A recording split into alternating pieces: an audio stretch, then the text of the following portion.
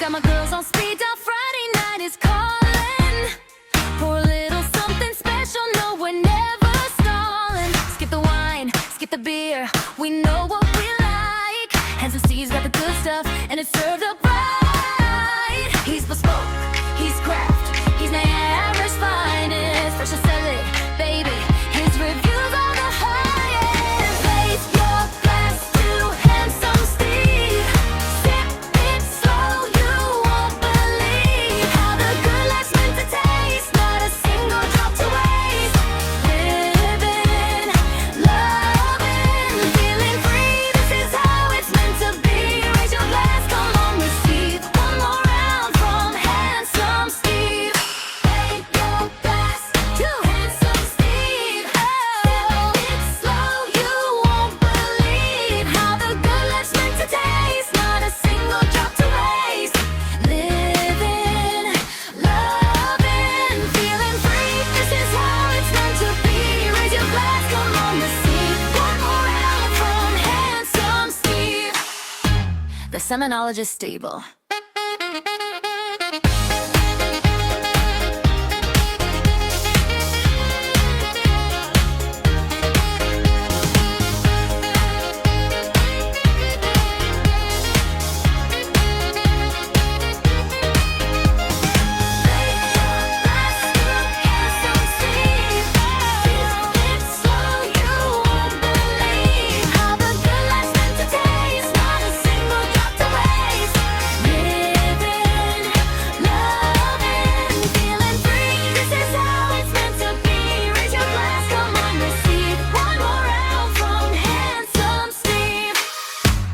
Seminologist Stable. And I met Steve Wozniak around that time too, maybe a little earlier, when I was about 14, 15 years old. And we immediately hit it off. He was the first person I'd met that knew more about electronics than I did, and so I liked him a lot. And he was maybe 5 years older than I.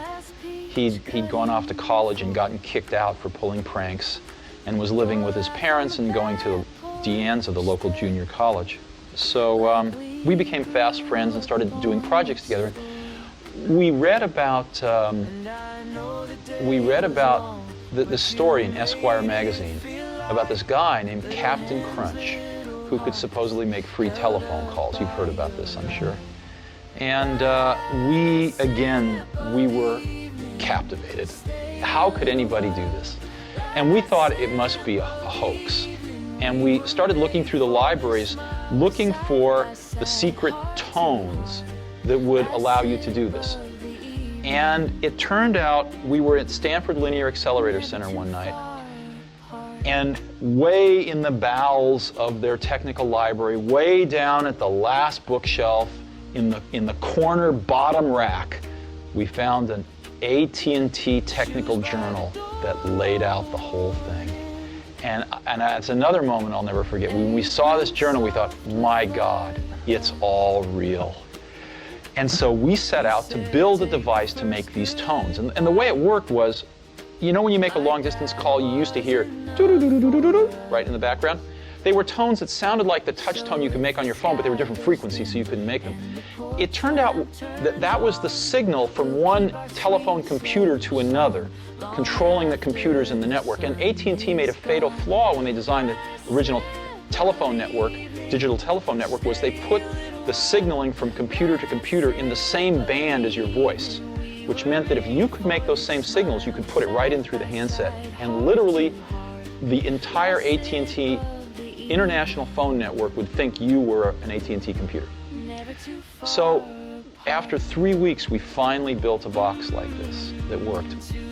And I remember the first call we made was down to LA, so one of Woz's relatives down in Pasadena. We dialed the wrong number, but we woke some guy up in the middle of the night, and we were yelling at him like, don't you understand, we made this call for free? And this person didn't appreciate that, but it was miraculous. And we built these little boxes to do blue boxing, as it was called, and we put a little note in the bottom of them. Our logo was, he's got the whole world in his hands. And they worked. We built the best blue box in the world. It was all digital, no adjustments, and so you could go up to a payphone and you could take a trunk over to White Plains and then take a satellite over to Europe and then go to Turkey, take a cable back to Atlanta, and you could go around the world. You could go around the world 5 or 6 times because we learned all the codes for how to get on the satellites and stuff. And then you could call the payphone next door, and so you could shout in the phone, and after about a minute it would come out the other phone. It was miraculous. And you might ask, well, what's so interesting about that? What's so interesting is that we were young, and what we learned was that we could build something ourselves that could control billions of dollars worth of infrastructure in the world. That was what we learned, was that us two, we didn't know much, we could build a little thing that could control a giant thing. And that was an incredible lesson. I don't think there would have ever been an Apple computer had there not been Blue Boxing. To the craft, to the care, to the man behind the glass. Handsome Steve, we love you, babe. Here's to first and last.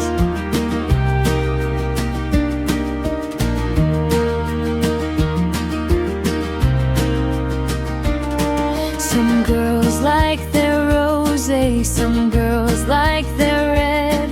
We found something better and we're never looking back. Instead, it's artisanal, it's local, it's sustainable and pure. One taste of Steve's collection and there is no other cure.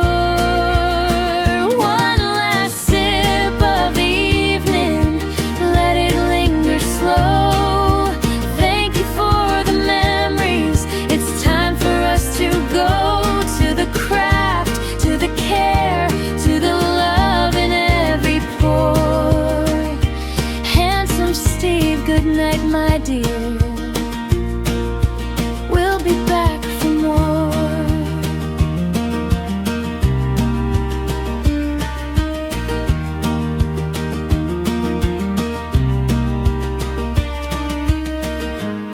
The Simonologist's Table, new episodes every Friday. Taste with intention.